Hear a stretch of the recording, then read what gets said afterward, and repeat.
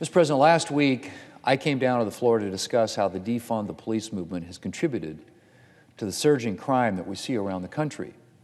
And as I noted, the Democrat Party bears a substantial degree of responsibility for the situation we find ourselves in, because this is a party that either actively contributed to defund the police rhetoric or implicitly endorsed it largely by staying silent. Now, however, Democrats have come to realize that attacking the police and the sharp spike in crime could hurt their electoral chances next year. And so the President and other Democrat leaders have all of a sudden announced their concern about rising crime rates. But as I said last week, they're still trying to have their cake and eat it too. Because missing from their messaging is any real condemnation of defund the police rhetoric and the toll it's taken on our cities and police departments. And their plans for confronting the surge in crime are long on punishing gun dealers and gun manufacturers, and short on going after those actually committing crimes.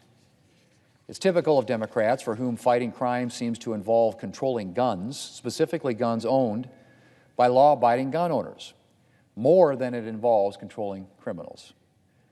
What Democrats should be doing is training their attention on violent offenders, traffickers, and gangs in illegal straw purchases, not finding ways to saddle law-abiding gun owners with burdensome new regulations. Because it is not law-abiding gun owners who are responsible for most of the gun crimes in this country. The majority of gun crimes, Mr. President, are committed by individuals who obtained their guns illegally, which is why fighting these crimes should involve improving enforcement of our laws and increasing prosecution of those who violate them, not creating new laws that will only serve to further burden the constitutionally guaranteed Second Amendment rights of law-abiding individuals. Unfortunately, Mr. President, as I said, Democrats are following their usual playbook during this recent crime surge, which they seem to see as a convenient excuse for pushing some of their gun control priorities. The President recently delivered remarks on crime, and the first priority that he discussed at length was going after federally licensed firearm dealers.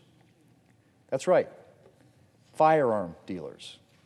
Mr. President, while we can all agree that firearms dealers who violate the law should be punished, the rogue gun dealers that the President refers to are only responsible for a tiny fraction of the guns being used in crimes. Going after gun dealers is one of your top law enforcement priorities and not going to do much to stem the illegal flow of weapons or their use in crimes. Enforcement dollars and enforcement personnel are not endless, Mr. President, and you can waste a lot of money and a lot of man-hours conducting checks of law-abiding gun dealers while criminals continue to use their illegally obtained weapons unchecked.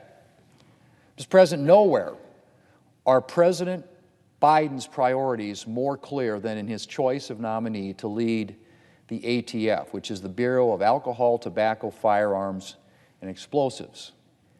David Shipman would come to the ATF directly from an organization where he has spent the past 5 years as a gun control advocate. He's well known for his, at times, extreme views on gun control and restricting the Second Amendment, including his support for banning probably the most popular rifle in the United States. He supports a so-called assault weapons ban, which usually refers to banning certain guns for their accessories and their appearance of lethality. But alarmingly, he could not give a clear representation of how he would define such a policy in his confirmation hearing. Equally as troubling is Mr. Chipman's clear disdain for gun owners. He claimed that most individuals with concealed carry permits are either untrained or irresponsible. During the pandemic, he mocked law-abiding gun owners and condescendingly said that first-time gun owners should put their guns away in their cabinets behind the beef jerky that they've presumably been saving for the apocalypse, and only take out the weapons if, quote, the zombies start to appear, end quote. Mr. President, I appreciate Mr. Chipman's long service as an ATF special agent. But I have serious concerns that as the head of the ATF, he would spend more time going after law-abiding gun owners than actual criminals.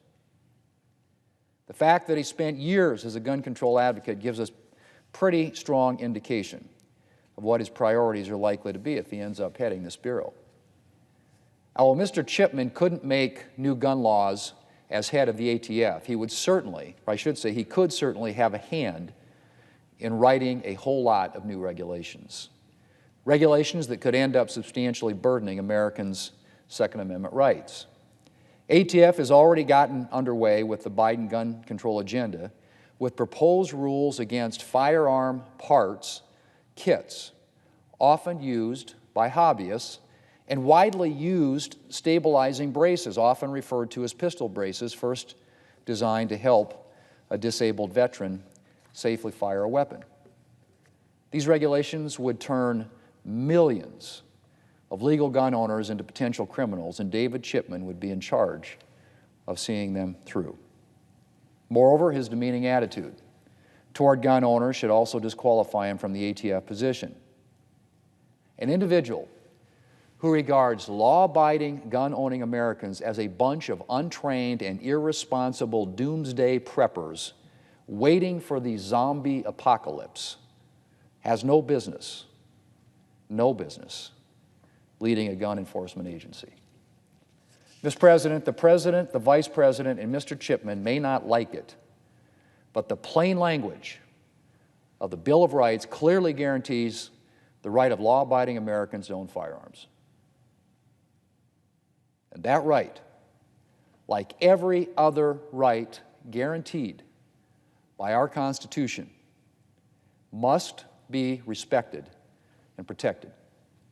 And those who exercise their Second Amendment rights deserve to be respected as well. I do not believe we can rely on Mr. Chipman to respect our Second Amendment rights or the Americans who exercise them, which is why I cannot vote to confirm him as director of the ATF. And I encourage supporters of the Second Amendment on both sides of the aisle to oppose his nomination.